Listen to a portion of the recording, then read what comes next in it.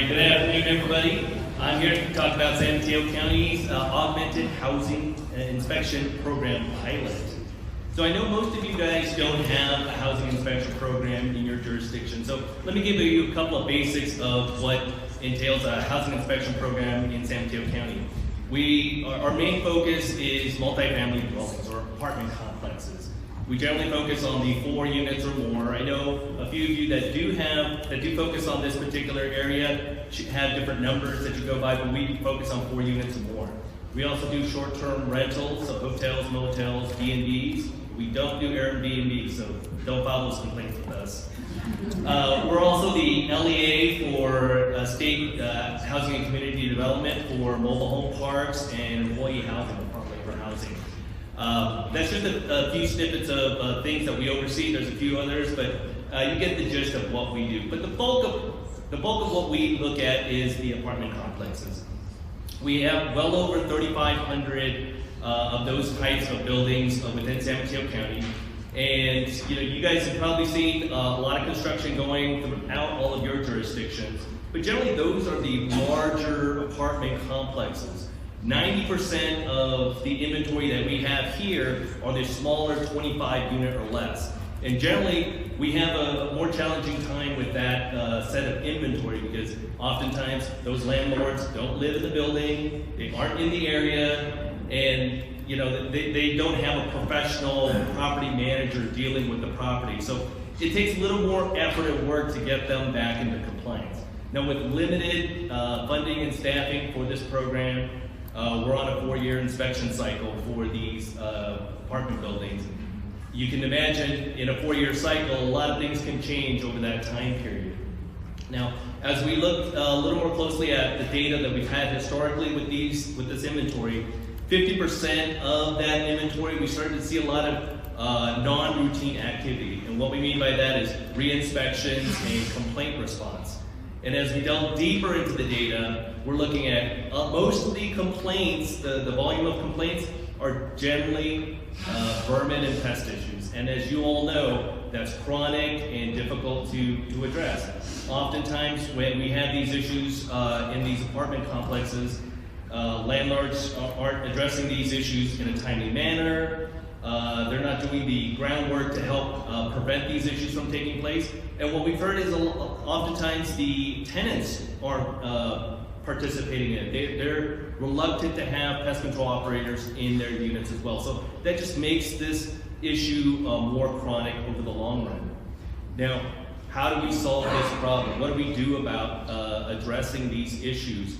What we started to look at was the 10% of the lowest performing of our inventory in the county.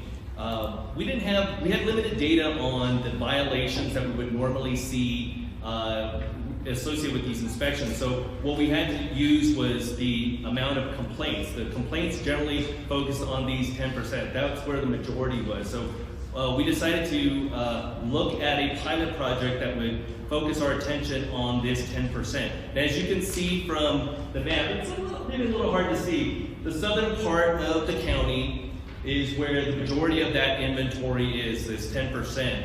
That's mostly the unincorporated area, mostly the Spanish-speaking population in that area. So how we tried to approach this was through a risk-based approach. What we wanted to do was reduce the inspection cycle, reduce the inspection frequency. We went from a 4-year inspection cycle for these to an annual inspection cycle. We also wanted to do enhanced enforcement.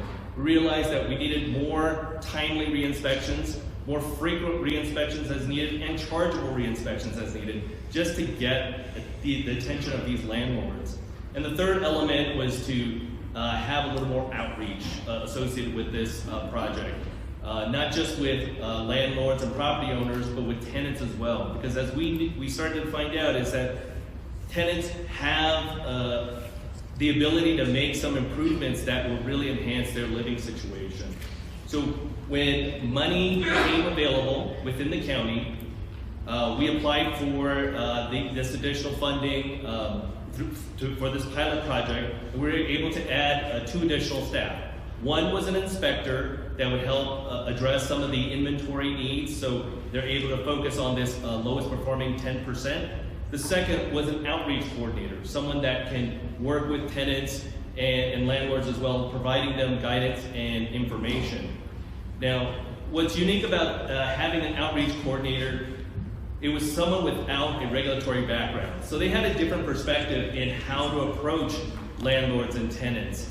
And again, when we're focused on pest issues, because that was the majority of the complaints, we realized getting through to the tenants was going to be a challenge. So we held lots of community meetings at local churches, local community centers.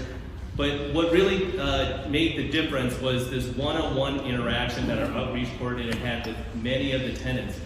After multiple visits, she's able to connect with them, gain their trust, and as you can see in this picture, she's actually holding one of these meetings in one of the units of the apartment complex. And this is where we feel like we were making some headway. If we can gain a champion within the building, that helps build the trust that they have with us, and they'll take some of the advice we have.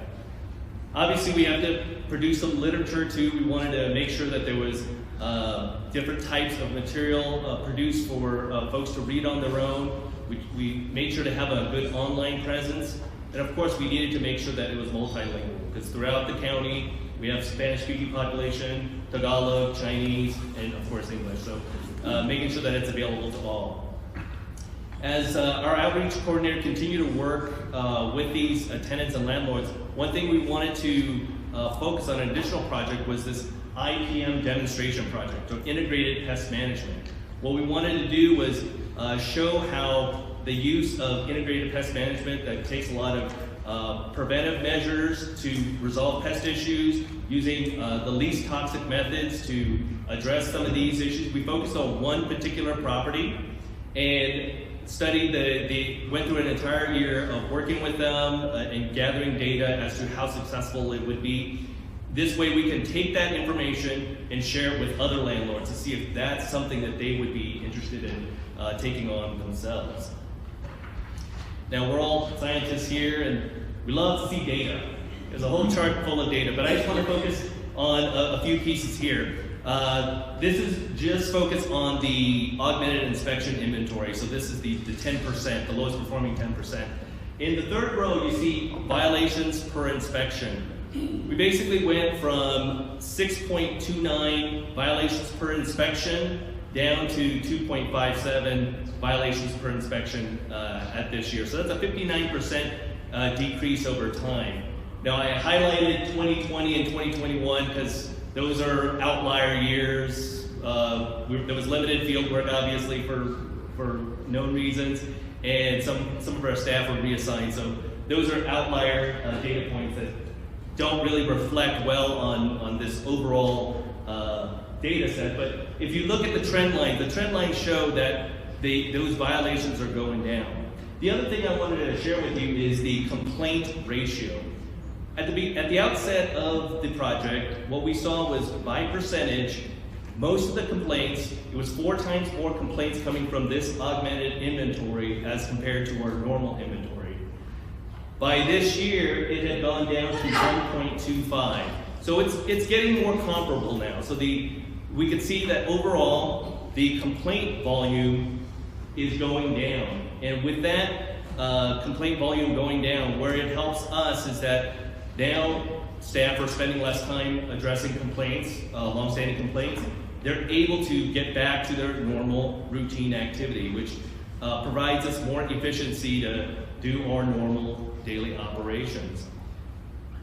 The part of working on this pilot helped give us some good information about violations that we would normally see at many of these apartment complexes. These are the top 5 violations that we normally see. Again, of course, vermin and pest issues, number 1, weather protection issues, replacing siding, repainting properties, general safety, fire extinguishers and carbon monoxide detectors, exterior maintenance, just cleaning up the property, and structural safety issues. So those are the types of things that we've seen, and we've taken these as lessons for us because now we're moving into our future plan. And our future plan has always been to bring this augmented inspection inventory back into the normal inspection frequency. Because it was a pilot project, these guys were coming back eventually, and now we're ready to bring them back. But we don't want to lose all the lessons we've learned from the last 6 years. What we're doing is refocusing our attention a bit. We're looking at it from an equity lens. And what we've done is we've worked with many of our health partners in San Mateo County. We've utilized information or data from the California Healthy Places Index. And what that does is it shows us information on education, income level, ethnicity, health outcomes, housing, food insecurity, all those little data points. And we've been able to identify areas in the county that have the lowest health outcomes. And what we've done is overlaid our housing inventory on top of that. And now we have specific areas where we want to focus more of our attention because we feel like that will give us better health outcomes overall for our residents. And with the lessons that we learned, we're changing our focus a little bit in terms of who we're targeting now. We want to make sure that the landlords get a little more of this information, this outreach and education. With the lessons we've learned about the types of violations that we've seen over the last 6 years, the most common ones, we want to be able to ensure that they know in advance that these are the most common and educate them on what some of the best management practices in terms of solving these issues before we even come out and do an inspection. Those types of intervention hopefully will reduce the violation count as we move forward into the future of this program. That's all I got. All right. Thank you.